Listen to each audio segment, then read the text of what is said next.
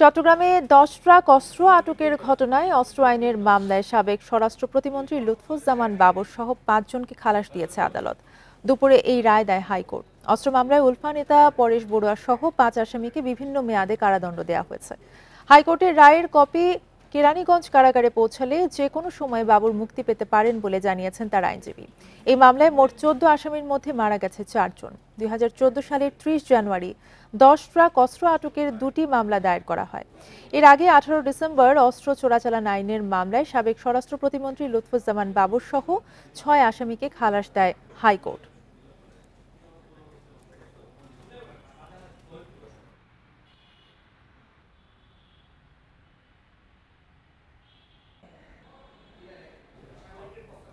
এ বিষয়ে আরো জানাতে হাইকোর্ট চত্বর থেকে আমাদের সাথে যোগ দিচ্ছেন সহকর্মী জাহিদুল বাশার। জাহিদুল, দুপুরে রায় দেয়া হয় 10 ট্রাক অস্ত্র আটকের ঘটনায় অস্ত্র আইনের মামলায় সাবেক স্বরাষ্ট্র প্রতিমন্ত্রী লুৎফুজ্জামান বাবর সহ 5 জন কে খালাস দিয়েছে আদালত। আপনি জানাবেন সেখান থেকে বিস্তারিত। আচ্ছা, জি দেখুন, এটি মূলত এখানে একটা বিষয় আগে পরিষ্কার করা দরকার। সেটি হচ্ছে এই 10 ট্রাক অস্ত্র মামলা নামেই পরিচিত পুরো বিষয়টি, কিন্তু এখানে দুটি মামলা। একটি হচ্ছে 10 ট্রাক অস্ত্রের যেটি চোরাচালান মামলা একটি, এবং আরেকটি হচ্ছে অস্ত্র আইনের মামলা। এর আগে গত 18 ডিসেম্বর এই হাইকোর্টের এই বেঞ্চ থেকেই বিচারপতি মোস্তফা জামানের নেতৃত্বে দ্বৈত বেঞ্চ থেকেই সেই রায়টি দেওয়া হয়েছিল, যেখানে 14 জনের যাবজ্জীবন ছিল বিচারিক আদালতে, চট্টগ্রামের আদালত থেকে। সেখানে হাইকোর্টে এসে এই বেঞ্চ থেকে ডেথ রেফারেন্স এবং আপিল শুনানি শেষে সেখানে 7 জনকে খালাস দেওয়া হয়, বাকি বিভিন্ন জনকে বিভিন্ন মেয়াদে কারাদণ্ড দেওয়া হয় এবং কয়েকজন মারা গিয়েছেন। আর আজকে যে দ্বিতীয় মামলাটি, অর্থাৎ অস্ত্র আইনের যে মামলা, সেই মামলার রায়টি আজকে হলো। সেই মামলায় আপনি যেমনটা বলছিলেন যে সেখানে মোট 14 আসামির ভিতরে 5 জনকে লুৎফুজ্জামান বাবর, এনএসআই এর সাবেক DG major general Rezzakul Haider Chowdhury সহ মোট 5 জনকে খালাস দিয়ে দেওয়া হয়েছে। একই সাথে 5 জন পরেশ বড়ুয়া, উলফার সামরিক প্রধান যিনি, তাকে সহ 5 জনকে যাবজ্জীবন থেকে কমিয়ে তাদেরকে 4 জনকে 10 বছর এবং পরেশ বড়ুয়াকে 14 বছর করা হয়েছে। আর বাকি 4 জন, মতিউর রহমান নিজাবী, সাবেক এনএসআই ডিজি আব্দুর রহিম সহ 4 জন মারা গেছেন। সুতরাং তাদেরকে মৃত্যুজনিত কারণে এই মামলা থেকে তারা অব্যাহতি পেয়েছেন, নিষ্পত্তি হয়ে গেছে বিষয়টি। আমি এই মুহূর্তে যদি একটু দেখাই, হাইকোর্ট চত্বরে এই মুহূর্তে যাদেরকে দেখতে পাচ্ছেন তারা সবাই কিন্তু এখানে যারা আছে, সেখানে লুৎফুজ্জামান বাবরের একেবারে তার আপন ভাই, তার ফ্যামিলির যারা মামা বা তার পরিবারের, বিশেষ করে এখানে অনেক লোক ছিল আগে হাইকোর্ট চত্বরে যখন এই রায়টি ঘোষণা করা হয় বিকেলের দিকে। ঠিক তার পরপরই কিন্তু এখানে আমরা দেখতে পেয়েছি যে তারা কোর্টের খানিকটা বলতে গেলে একদম বারান্দা থেকে কিন্তু তারা মিছিল ধরেছেন। এখানে লুৎফুজ্জামান বাবরের যে এলাকা, অর্থাৎ নেত্রকোনার যে মোহনগঞ্জ, খালিয়াঝুড়ি এবং মদন, এই 3 উপজেলার, অর্থাৎ লুৎফুজ্জামান বাবরের যে আসন, সেই আসনের শত শত নেতাকর্মী এখানে রয়েছেন।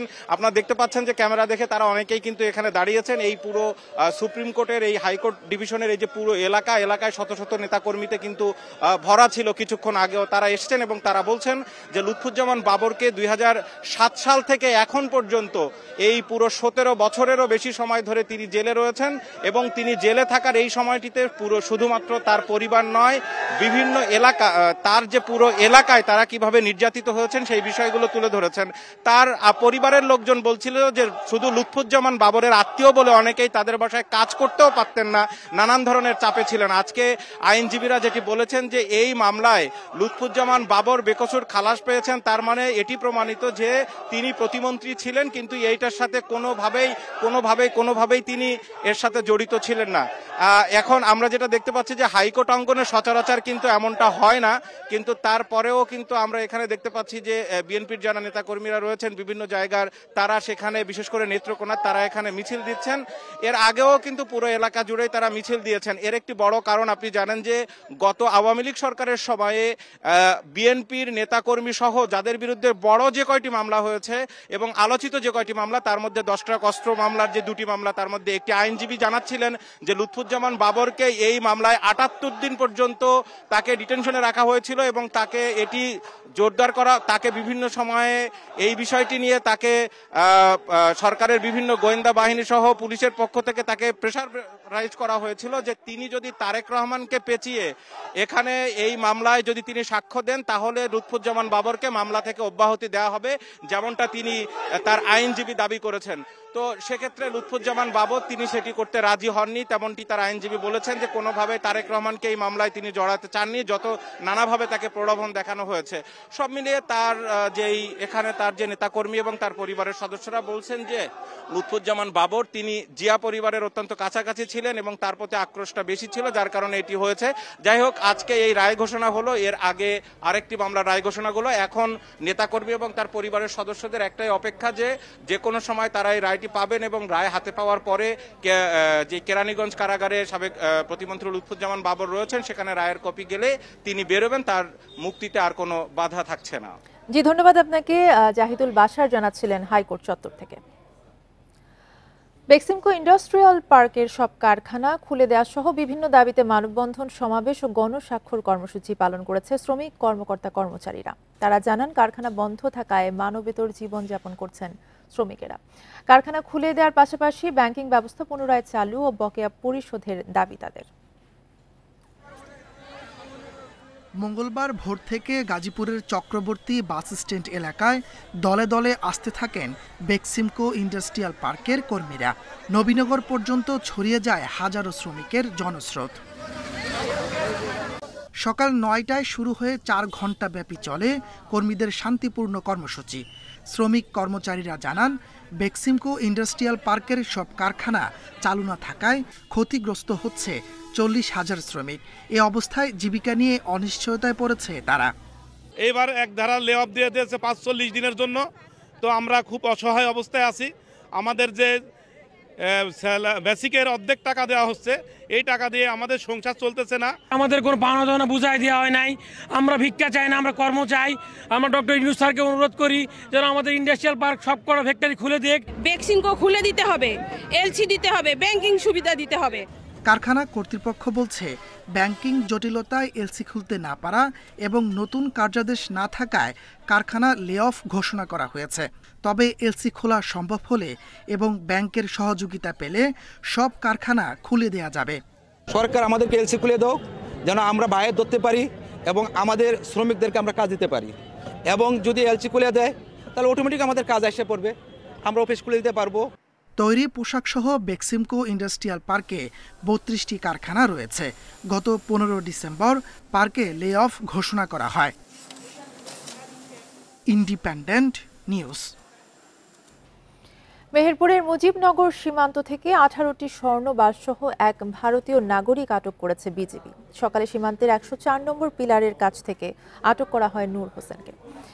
চুয়াডাঙ্গা বিজিবি ৬ ব্যাটালিয়নের অধিনায়ক লেফটেন্যান্ট কর্নেল সাইদ মোহাম্মদ জাহিদুর রহমান জানিয়েছেন, চোরাচালানের গোপন খবরে সকাল 10:30টার দিকে সীমান্তের ১০৪ নম্বর পিলারের কাছে সন্দেহভাজন এক ব্যক্তি প্রবেশ করলে তাকে চ্যালেঞ্জ করা হয়। এ সময় পালানোর চেষ্টা করলে বিজিবি সদস্যরা তাকে ধাওয়া দিয়ে ধরে ফেলে। পরে তল্লাশি চালিয়ে তার কোমরে প্যান্টের ভেতর স্কচটেপ দ্বারা মোড়ানো ৩টি প্যাকেটে ২ কেজি ১৮ গ্রাম ওজনের ১৮টি স্বর্ণের বার উদ্ধার করা হয়, যার বাজার মূল্য ২.৫ কোটি টাকা। আটক করা হয় নূর হোসেন, ভারতের নদিয়া জেলার হৃদয়পুর গ্রামের মৃত সোনাই শেখের ছেলে।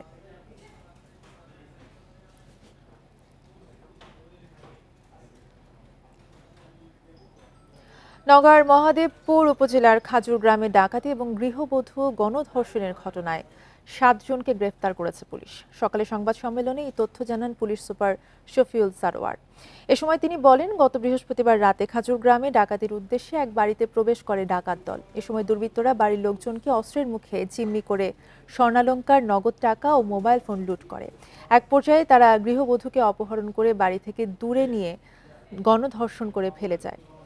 এই ঘটনায় গত শুক্রবার মহাদেবপুর থানায় মামলা হলে পুলিশ অভিযান চালিয়ে জড়িতদের গ্রেফতার করে।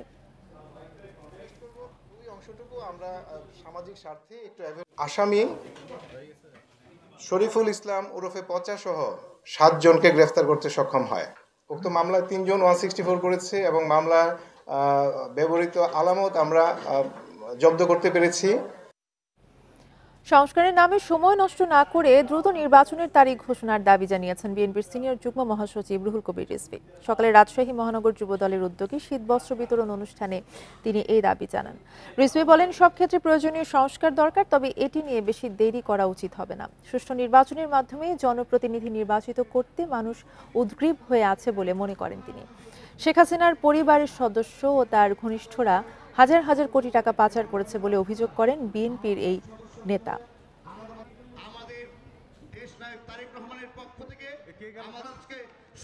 এই সংস্কারের নামে কালক্ষেপণ করে শুধু এইটা নিয়ে বাদানুবাদ এবং এটা নিয়ে তর্ক বিতর্ক চললে পরে আমাদের যে প্রধান অবজেক্টিভ, বাংলাদেশের মানুষ 17 বছর তারা ভোট দিতে পারেনি, অবাধ ও সুষ্ঠু নির্বাচনকে আকাশের দূরতম তারা করে দেওয়া হয়েছে।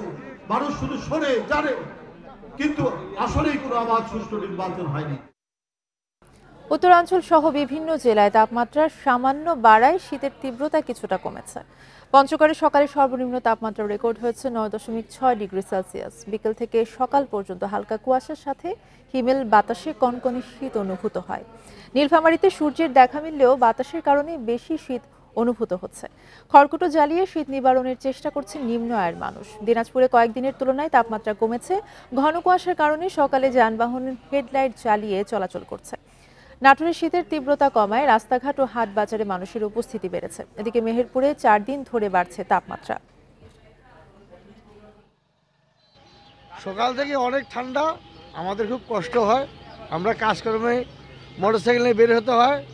8:30 9টা থেকে রোদ উঠলে একটু অনেকটা ভালো লাগে। আগামীকালকের থেকে তো আজকে ঠান্ডা আরও বেশি। এখন শুনতেছি নাকি আরও ঠান্ডা বেশি হবে। এখন আল্লাহ যদি দেয় তাই আমাদের কি করার আছে। মাত্র একজন চিকিৎসক দিয়ে চলছে রংপুর মেডিকেলের বার্ন অ্যান্ড সার্জারি ইউনিট। এতে ব্যাহত হচ্ছে চিকিৎসা সেবা। এছাড়া হাসপাতাল থেকে পর্যাপ্ত ওষুধ না পাওয়ার অভিযোগ রোগীদের। তবে দ্রুত সংকট সমাধানের আশ্বাস দিয়েছেন হাসপাতালের পরিচালক। রংপুর মেডিকেল কলেজ হাসপাতালের বার্ন অ্যান্ড সার্জারি ইউনিট সারা বছরই পোড়া রোগীর ভিড় থাকে। শীতে রোগী বেড়েছে কয়েক গুণ। তবে চিকিৎসক সংকটে ব্যাহত হচ্ছে সেবা। 10টি পদ থাকলেও কাজ করছেন মাত্র একজন চিকিৎসক, বাকি 9টি পদই শূন্য। ডাক্তার এখানে হয়তো ওই যে গতকাল আসছে এখন পর্যন্ত আসে নাই, শুনলাম যে নাকি ডাক্তারই নাই। বার্ন ইউনিটে শুধুমাত্র একটা ডাক্তার দিয়ে এই বার্ন ইউনিট চলবে না। ডাক্তার 4-5টা ডাক্তারের দরকার। রোগী ও স্বজনদের অভিযোগ, অনেক গুরুত্বপূর্ণ পরীক্ষা নিরীক্ষাও হয় না এখানে। ফলে অতিরিক্ত টাকা দিয়ে তাদের যেতে হয় প্রাইভেট ক্লিনিকে। এছাড়া পর্যাপ্ত ওষুধ না পাওয়ার অভিযোগ তাদের। মেডিসিন সবকিছু তো এখানে শুধু বলে সাপ্লাই নাই, শুধু এটাই বলে তারা। আর এর উপরে বাইরে যে আমাদের কোনো সহযোগিতা, এটা নিয়ে অনেক ভোগান্তিতেই আছি আমরা। চিকিৎসকরা জানান 1 মাসে 50 জন পোড়া রোগী চিকিৎসা নিয়েছেন হাসপাতালে। শীতে রোগী বাড়তে থাকায় হিমশিম খেতে হচ্ছে তাদের। এই মুহূর্তে আমাদের 48 জন রোগী ভর্তি আছে বিভিন্নভাবে। তার মধ্যে 29 জন হলো বিভিন্ন কারণে পোড়া, আর শুধু আগুন পোয়াইতে যে পুড়ে গেছে এইরকম আছে 4 জন রোগী। এখানে রোগীর চাপ অত্যন্ত বেশি, সেই তুলনায় জনবল অনেক কম। সংকট দ্রুত সমাধানের আশ্বাস পরিচালকের, পাশাপাশি আগুন থেকে সতর্ক থাকার আহ্বান তার। সীমিত সংখ্যক জনবলে আমরা চেষ্টা করে যাচ্ছি যাতে রোগীরা পর্যাপ্ত পরিমাণে চিকিৎসা সেবা পায়, এবং তার সাথে সাথে রোগী আসার সাথে সাথে যাতে শীতের জন্য যেগুলো লাগে কম্বল, ম্যাট্রেস, এগুলো যাতে সঙ্গে সঙ্গে এনশিওর হয় পায়, সেটা আমরা ব্যবস্থা করেছি। 5 বছরে রংপুরে অগ্নিদগ্ধ হয়ে মারা গেছেন 109 জন। হাসপাতালে চিকিৎসা নিয়েছেন 2800 মানুষ। Independent news. দৈনিক 81,000 যানবাহন চলাচলের লক্ষ্যমাত্রা নিয়ে গত 3 জানুয়ারি চালু হয় চট্টগ্রাম এলিভেটেড এক্সপ্রেসওয়ে। কিন্তু এখন প্রতিদিন গাড়ি চলছে মাত্র 7,000, যা লক্ষ্যমাত্রা থেকে 74,000 কম। প্রকল্প সংশ্লিষ্টদের দাবি, এক্সপ্রেসের কাজ পুরো শেষ হলে বাড়বে গাড়ির সংখ্যা। আর নগর পরিকল্পনাবিদরা বলছেন, অপরিকল্পিত নির্মাণে সুফল পাচ্ছে না নগরবাসী। কয়েকবার পেছানোর পর গত 3 জানুয়ারি আনুষ্ঠানিকভাবে চালু হয় চট্টগ্রামের প্রথম এলিভেটেড এক্সপ্রেসওয়ে। প্রথম দিনে গাড়ি চলাচল করে 3,500-র বেশি। আর গত 1 সপ্তাহে এক্সপ্রেসওয়েতে 7,000-এর বেশি যানবাহন চলেনি একদিনও। চট্টগ্রাম প্রকৌশল ও প্রযুক্তি বিশ্ববিদ্যালয়ের bureau of research test and কনসালটেশনের করা এলিভেটেড এক্সপ্রেসওয়ের সম্ভাব্যতা সমীক্ষা বলছে, প্রতিদিন প্রায় 81,000-এর বেশি গাড়ি চলাচল করবে। কিন্তু বাস্তবতা ভিন্ন। চালু হওয়া 7 দিনের সমীক্ষায় দেখা যাচ্ছে গড়ে প্রতিদিন যানবাহন চলছে 7,000। নগরবাসী বলছেন, বড় একটি অংশের মানুষকে পতেঙ্গা যেতে এই এলিভেটেড এক্সপ্রেসওয়েতে উঠতে হলে যেতে হয় কয়েক কিলোমিটার দূরের মুরাদপুরে। এই দূরত্বের কারণে ব্যবহার কম হচ্ছে এলিভেটেড এক্সপ্রেসওয়ের। সময়ও যাচ্ছে, গ্যাসও যাচ্ছে, এই কারণে আবার টুল যাই এনে টুল ভাড়াও দিতে হচ্ছে। এক্সপ্রেসওয়েতে উঠার আর রাস্তা না রাখায় ক্ষোভ প্রকাশ করেছেন নগর পরিকল্পনাবিদরা। তারা বলছেন, গাড়ি চলাচল বাড়াতে হলে পরিকল্পনায় আনতে হবে পরিবর্তন। ওরা নাম্বার 1 ক্রাইম করেছে কি, এই প্রজেক্টটা ছিল লালখান বাজার থেকে পতেঙ্গা। ওরা কেন লালখান বাজার থেকে উঠার ব্যবস্থা করলো না? This is criminal offence. এক্সপ্রেসওয়েটি পরিকল্পনা মাফিক হয়েছে, মানুষ না বুঝে এটা সেটা বলছে বলে জানিয়েছে প্রকল্প সংশ্লিষ্ট সিডিএ কর্মকর্তারা। নামার র্যাম্প করেছিলাম শহর থেকে। আপনি জানেন যে এলিভেটরের মূল কানেক্টিভিটিটা হচ্ছে শহরের মধ্যস্থলে। জিইসি যদি আমরা শহরের সেন্টার ধরি, জিইসি, তারপর লালখান বাজার এবং পলক গ্রাউন্ড, এই তিনটাই কিন্তু ফ্যাসিলিটেট করা হয়েছে। দুইটাই কিন্তু নামার র্যাম্প। মানুষ মনে করছে এটা উঠার র্যাম্প না। 2023 সালের 14 নভেম্বর উদ্বোধনের প্রায় 14 মাস পর 3 জানুয়ারি টোল দিয়ে আনুষ্ঠানিকভাবে যানবাহন চলাচল শুরু হয় এই এলিভেটেড এক্সপ্রেসওয়েতে। আলমগীর সবুজ, ইন্ডিপেন্ডেন্ট নিউজ, চট্টগ্রাম। জুলাই বিপ্লবের ঘোষণাপত্রের পক্ষে জনসমর্থন বাড়াতে নারায়ণগঞ্জ ও চাঁপাইনবাবগঞ্জে লিফলেট বিতরণ এবং জনসংযোগ করেছে বৈষম্য বিরোধী ছাত্র আন্দোলন ও জাতীয় নাগরিক কমিটি। সকালে নারায়ণগঞ্জের চাষারা কেন্দ্রীয় শহীদ মিনারে লিফলেট বিতরণ, গণসংযোগ ও পথসভা করে বৈষম্য বিরোধী ছাত্ররা। এ সময় গণহত্যার সাথে জড়িত প্রত্যেককে বিচারের আওতায় আনার দাবি জানান বৈষম্য বিরোধী ছাত্র আন্দোলনের আহ্বায়ক হাসনাত আব্দুল্লাহ।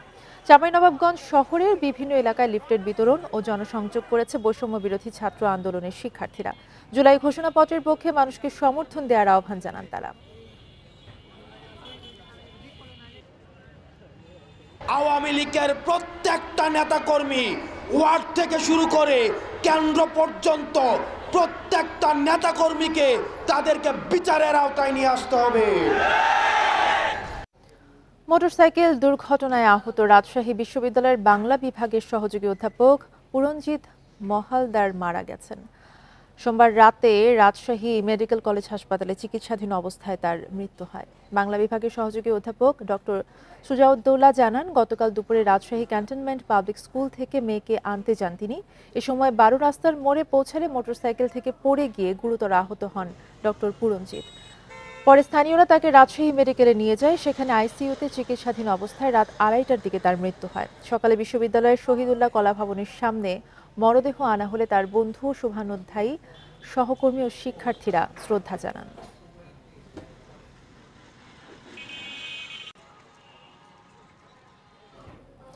দিনাজপুরে বিদ্যুতের প্রিপেইড মিটার স্থাপন বন্ধের দাবিতে মানববন্ধন ও বিক্ষোভ মিছিল হয়েছে। এ সময় মন্ত্রণালয়ের উপদেষ্টা বরাবর স্মারকলিপি দেয় এলাকাবাসী। বেলা 11টার দিকে শহরের নিমতলা মোড়ে ফুলবাড়ি সম্মিলিত নাগরিক সমাজের ব্যানারে এই কর্মসূচি পালিত হয়।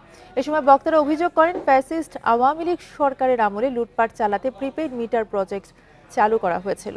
ওই মিটার ব্যবহারে সাধারণ গ্রাহকের ভোগান্তি বাড়ার পাশাপাশি অর্থনৈতিক ক্ষতির সম্মুখীন হতে হচ্ছে। দ্রুত প্রিপেইড মিটার সংযোগ স্থাপনের বন্ধের দাবি জানান তারা। পরে বিক্ষোভ মিছিল শেষে উপজেলা নির্বাহী কর্মকর্তার কাছে স্মারকলিপি দেন আন্দোলনকারীরা।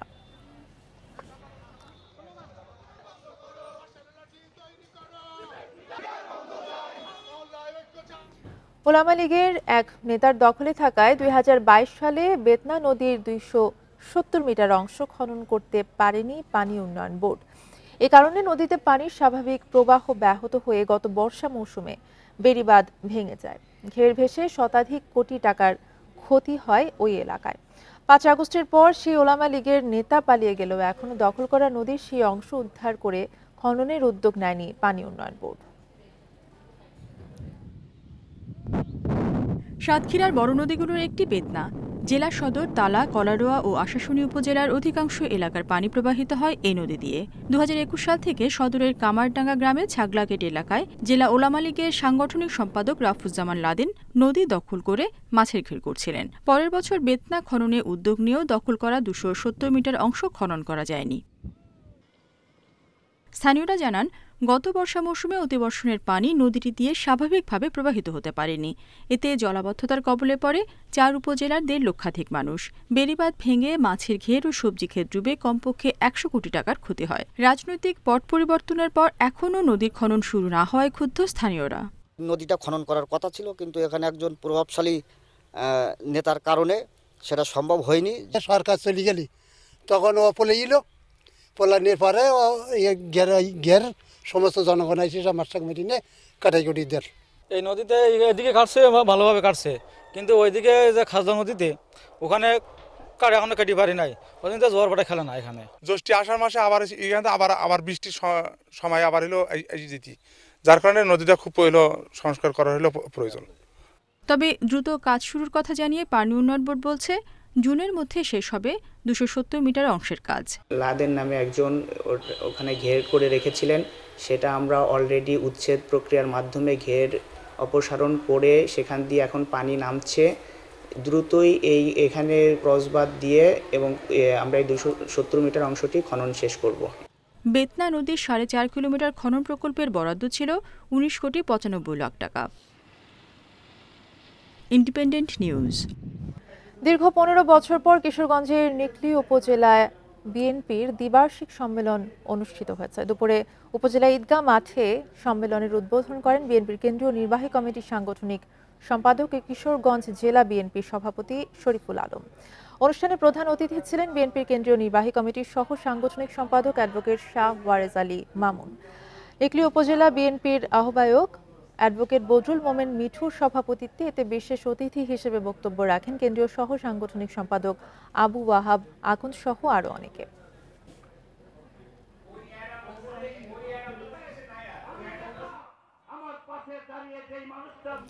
ফরিদপুরের ভাঙ্গায় চিকিৎসকদের বাড়ির তত্ত্বাবধায়ক হত্যার রহস্য উদ্ঘাটন করেছে পুলিশ। এই ঘটনায় জড়িত 3 জনকে গ্রেফতার করা হয়েছে।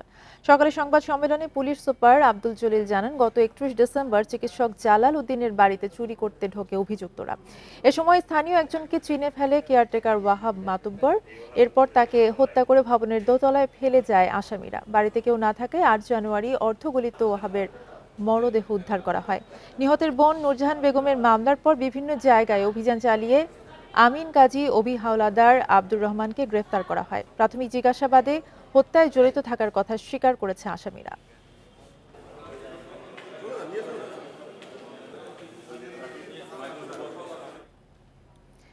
মেনাপোল পেট্রাপোল ইমিগ্রেশন চেকপোস্ট দিয়ে ভারত বাংলাদেশের মধ্যে যাত্রী যাতায়াত কমে গেছে। এতে বিপাকে পড়েছেন স্থানীয় ব্যবসায়ী সহ পরিবহন সংশ্লিষ্টরা। ব্যবসায়ীরা জানান, ভারতে ভ্রমণ ভিসা বন্ধ, বিজনেস ও মেডিকেল ভিসাও সীমিত করেছে ভারত। এতে কমে গেছে যাত্রী যাতায়াত। গত 3 দিনে যাতায়াত করেছে মাত্র 5,469 জন। অন্য সময় যেখানে প্রতিদিন যাতায়াত করতেন 6 থেকে 8,000 মানুষ। ক্ষতির মুখে পড়েছেন স্থানীয় ব্যবসায়ীরা। বন্দর ইমিগ্রেশন কর্তৃপক্ষ জানায়, ভিসা জটিলতায় চেকপোস্ট এলাকা ফাঁকা হয়ে পড়েছে।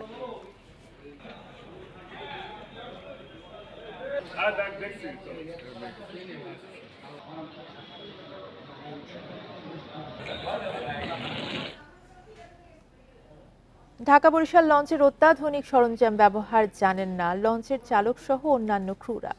প্রশিক্ষণ না থাকায় প্রায় দুর্ঘটনার কবলে পড়ছে বিলাসবহুল লঞ্চগুলো। বারবার তাগিদ দিলেও প্রশিক্ষণের উদ্যোগ নেই সংশ্লিষ্ট কর্তৃপক্ষের। 170 কিলোমিটার ঢাকা বরিশাল নৌরুটে বিলাসবহুল যাত্রীবাহী লঞ্চ চলাচল করে 30টি। Radar, indicator, remote control, echo sounder, GPS ও ভিএইচএফ এর মতো আধুনিক যন্ত্রপাতি রয়েছে এসব লঞ্চে, যা নদীপথে দুর্ঘটনা কমাতে সহায়ক। তবে লঞ্চে থাকা এসব অত্যাধুনিক যন্ত্রপাতি ব্যবহারের দক্ষতা নেই চালক সুকানীদের। তাদের অভিযোগ, আধুনিক যন্ত্রপাতি ব্যবহারে প্রশিক্ষণ দেওয়ার কোনো উদ্যোগ নেয়নি বিএডব্লিউটিএ ও লঞ্চ মালিকরা। ফলে অব্যবহৃত থেকে যাচ্ছে বেশিরভাগই যন্ত্রপাতি। কোনো প্রশিক্ষণ আমাদের নেওয়া নাই। আমরা প্র্যাকটিক্যালে যতটুকু অভিজ্ঞতা অর্জন করছি ওই প্র্যাকটিক্যাল অনুযায়ী আমরা চালাচ্ছি। আমাদেরকে যে প্রশিক্ষণ যে একটা দেওয়াটা সরকারি ধরনের একটা প্রশিক্ষণ থাকবে সেটা কিন্তু এখন পর্যন্ত দেওয়া হয় নাই। আমি রাডার দেখে চালাই, কিন্তু সামনে হঠাৎ ঘন কুয়াশা পড়লে আরেকজনের রাডার নাই, সে দেখতে পায় না, তখন সে এটাকে একটা বিপদের সম্মুখীন হয়। চালক সুকানীদের প্রতি বছর প্রশিক্ষণ দেওয়ার ব্যাপারে একমত হলেও প্রশিক্ষণ না দেওয়ার জন্য একে অপরের ওপর দায় দিচ্ছেন লঞ্চ মালিক পক্ষ ও বিআইডব্লিউটিএ কর্তৃপক্ষ। মালিক কর্তৃপক্ষ তো বড় ধরনের লঞ্চ সৃষ্টি করে, কিন্তু গভর্নমেন্টের কিছু নিয়ম নীতি আছে, সেই নিয়ম নীতি বা প্রশিক্ষণ বিআইডব্লিউটির মাধ্যমে প্রশিক্ষণ নিতে হয়। প্রতি বছরই একটা নির্ধারিত টাইমের মধ্যে তাদেরকে ট্রেনিং করাতে হবে। একবার ট্রেনিং করে ছেড়ে দিলাম, 5 বছর 10 বছর চললো, সেই নিয়মে এখন আর চলতেছে না। প্রতিটি লঞ্চের মাস্টারে কিন্তু সার্টিফিকেট রয়েছে। এখন ব্যাপারটা হলো যে এই সকল মাস্টার কিন্তু অনেক প্রবীণ। এখন যারা নতুন ঢুকছে তারা অনেক কিছু আধুনিক জ্ঞান নিয়ে ঢুকছে। বরিশাল বিভাগে 2 শতাধিক চালক শুকানি অদক্ষ অবস্থায় বিলাসবহুল লঞ্চগুলো পরিচালনা করছেন। ফলে বৈরী আবহাওয়া ও কুয়াশার কারণে সবচেয়ে বেশি নৌ দুর্ঘটনা ঘটছে এই রুটে। Independent news.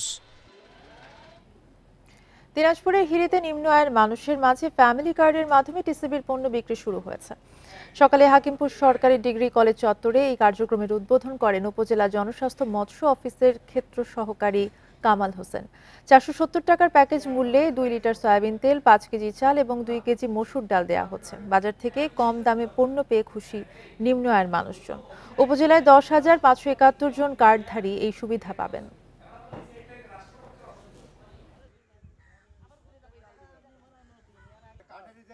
চাল পাইছে 5 কেজি, ডাল পাইছে 2 কেজি, সয়াবিন পাইছে হলো 2 কেজি।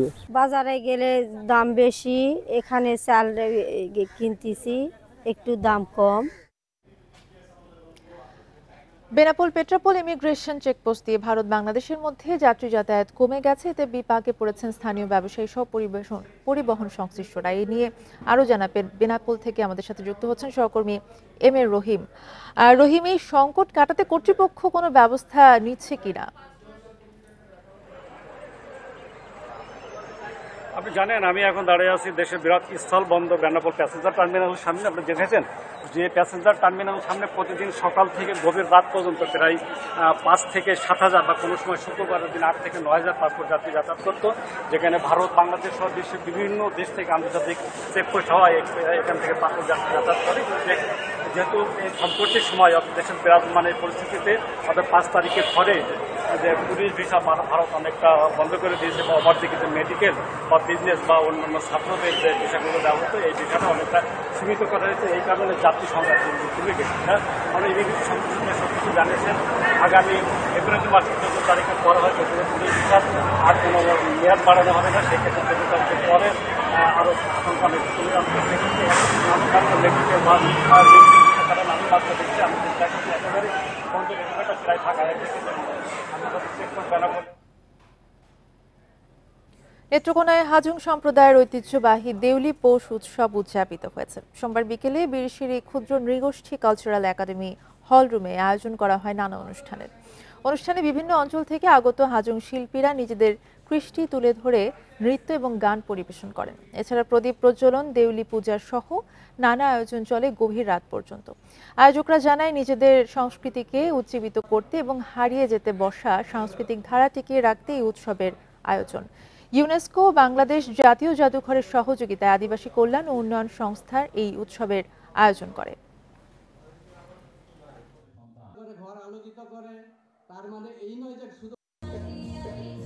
শ্যামা মায়ের জন্য পাঠা উৎসর্গ করি, বলি দেই আর ফল প্রসাদ বিতরণ করি সবার মাঝে। আমাদের এই সংস্কৃতি যেন বিলুপ্ত হয়ে না যায় তার জন্য ওনারা যথাযথ ব্যবস্থা করবেন, আমাদের পাশে থাকবেন। হাজং সম্প্রদায়ের ঐতিহ্যবাহী দেউলি পৌষ উৎসবটি আয়োজনের মূল লক্ষ্যই হচ্ছে সাংস্কৃতিক চেতনায় হাজং সমাজকে উদ্বুদ্ধ করা। হাজংরা যেন তাদের সংস্কৃতি, ইতিহাস, ঐতিহ্যকে রক্ষা করতে পারে, সংরক্ষণ করতে পারে, এটাই হলো তার মূল কথা। লক্ষ্মীপুরে শুরু হয়েছে 3 দিনের পিঠা উৎসব। সকালে এর উদ্বোধন করেন জেলা প্রশাসক রাজীব কুমার সরকার।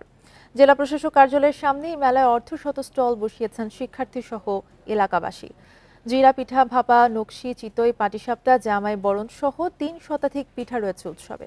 আয়োজন ঘিরে দূর দূরান্ত থেকে ভিড় করেছেন নানা বয়সী মানুষ। গ্রাম বাংলার ঐতিহ্য ধরে রাখতে এই আয়োজন। উৎসব চলবে আগামী বৃহস্পতিবার পর্যন্ত। এই পিঠা উৎসবে বিভিন্ন প্রতিষ্ঠান যেমন প্রাথমিক শিক্ষা পরিবার, যুব উন্নয়ন অধিদপ্তর বিভিন্ন প্রতিষ্ঠান থেকে স্টল নিয়ে এসেছে। প্রচুর সাড়া পাওয়া যাচ্ছে। এরই মধ্যে সকাল সকাল অনেকেই উপস্থিত হয়েছেন। সর্বস্তরের জনগণ আসছে। ধরেন সরকারি অফিসগুলোতে আমরা আসছি, তার বাইরে দেখলাম যে অনেক বাইরের দর্শনার্থী আছে আমাদের এখানে। আমাদের এই উৎসবে সরকারি বেসরকারি বিভিন্ন সংস্থা তাদের পিঠা সামগ্রী নিয়ে উপস্থিত হয়েছে। সবচেয়ে বড় কথা, আমাদের ইতিহাস, ঐতিহ্য, সংস্কৃতির একটি অন্যতম দিক হচ্ছে চিরায়ত পিঠা উৎসব। এ নিয়ে আরো জানাতে লক্ষ্মীপুর থেকে যুক্ত হচ্ছেন সহকর্মী আব্বাস হোসেন। আব্বাস, 3 দিনের এই পিঠা উৎসবে দর্শনার্থীদের সমাগম কেমন দেখছেন? আসলে আজকে সকাল 10টায় কিন্তু জেলা প্রশাসক কার্যালয়ের সামনে এই 3 দিন ব্যাপী যে পিঠা মেলা, এই মেলার কিন্তু উদ্বোধন করেন জেলা প্রশাসক রাজীব কুমার সরকার। তিনি যেটি বলেছেন, এসো দিন বদলায় পৃথিবী বদলায়, তরুণের যে উৎসব, এই উৎসবকে কেন্দ্র করে মূলত আজকের এই যে পিঠা উৎসব এটি তারা শুরু করেছেন।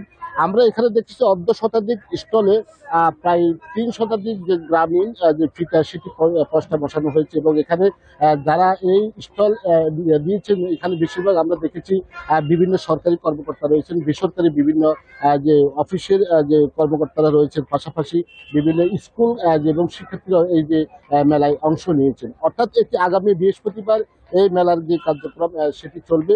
তবে এখানকার জেলা প্রশাসক যেটি জানিয়েছেন যে এবারের এই তারুণ্যের যে উৎসব, এই উৎসবটা যেন সবাই সারা বছর যেন সবার মাঝে উৎসব জুড়ে থাকে সেই ধরনের ব্যবস্থা নেওয়া হয়েছে এমনটি বলেছেন। তবে আমরা সকাল থেকে দেখেছি যে উৎসবমুখর পরিবেশে এখানে যে পিঠা মেলা সেটি কিন্তু চলছে এবং এটি এখন যে সাংস্কৃতিক যে অনুষ্ঠান এটি চলবে, এটি রাত 10টা পর্যন্ত চলবে। অর্থাৎ প্রত্যেক দিন সকাল থেকে 5টা পর্যন্ত যে পিঠা যে মেলা সেটি চলবে, এরপরে কিন্তু সাংস্কৃতিক অনুষ্ঠান সেটা কিন্তু করবে এমনটি এখানকার যে আয়োজক কমিটি রয়েছেন জেলা প্রশাসক তারা আমাদেরকে জানিয়েছেন। এর বাইরেও কিন্তু আমরা এখানে অনেক যারা দর্শনার্থী আসছেন তাদের সাথে আমরা কথা বলেছি, তারা যেটি জানিয়েছেন যে আজকের যে উৎসব, এই উৎসবে কিন্তু উৎসব পরিণত হয়েছে যেন এটি সুন্দরভাবে আগামী 16 তারিখ পর্যন্ত যেন সেটি চলে সেই ধরনের আশা করেছেন।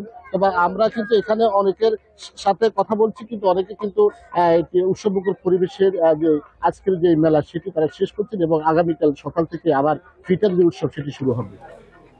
ধন্যবাদ আপনাকে। আব্বাস হোসেন জানাচ্ছিলেন লক্ষ্মীপুর থেকে। ফেনী-মুহুরী নদীর ভাঙন থেকে রক্ষায় খনন কার্যক্রম দ্রুত বাস্তবায়নের দাবিতে মানববন্ধন করেছেন এলাকাবাসী। দুপুরে নদী ঘিরে এই কর্মসূচির আয়োজন করা হয়। এ সময় বক্তারা অভিযোগ করেন জিও ব্যাগ প্রস্তুত হলেও কাজ করছে না ঠিকাদারি প্রতিষ্ঠান। নদী খনন কাজ ধীর গতির ফলে বিলীন হয়ে যাচ্ছে কৃষি জমি, বসতবাড়ি, ব্যবসা প্রতিষ্ঠান সহ স্কুল, মসজিদ। আতঙ্কে দিন পার করছে নদী পাড়ের মানুষ। ভাঙন রোধে আমিরাবাদ ইউনিয়নের সোনাপুর জামতলা এলাকায় দ্রুত নদী খনন কার্যক্রম শেষ করার দাবি তাদের। জাহাঙ্গীরনগর বিশ্ববিদ্যালয়ে নানা কর্মসূচির মধ্য দিয়ে পালিত হয়েছে প্রখ্যাত নাট্যকার ও নাট্যাচার্য সেলিম আল দ্বীনের 17তম মৃত্যুবার্ষিকী। এ উপলক্ষে সকালে বিশ্ববিদ্যালয়ে একটি স্মরণযাত্রা বের করা হয়। এতে নাটক ও নাট্যতত্ত্ব বিভাগের শিক্ষক শিক্ষার্থীরা ছাড়াও সাধারণ শিক্ষার্থী এবং সংস্কৃতি অঙ্গনের ব্যক্তিবর্গ ও নাট্য অনুরাগীরা অংশ নেন। পরে সেলিম আল দ্বীনের সমাধিতে শ্রদ্ধা জানান তারা। দিনের অন্য আয়োজনের মধ্যে ছিল আলোকচিত্র প্রদর্শনী, সাংস্কৃতিক অনুষ্ঠান, যেমন খুশি তেমন সাজু সহ নানা আয়োজন।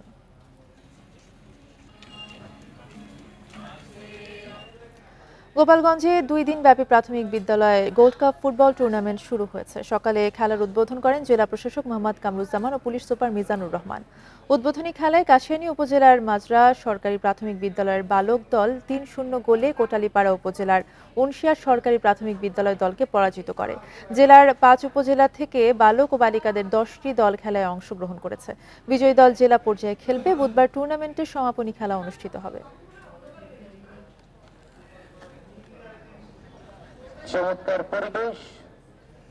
এই ছিল এখনকার সংবাদে। ইন্ডিপেন্ডেন্ট টেলিভিশনের আরো খবর জানতে চোখ রাখুন ফেসবুক, ইউটিউব এবং এক্সে। ধন্যবাদ।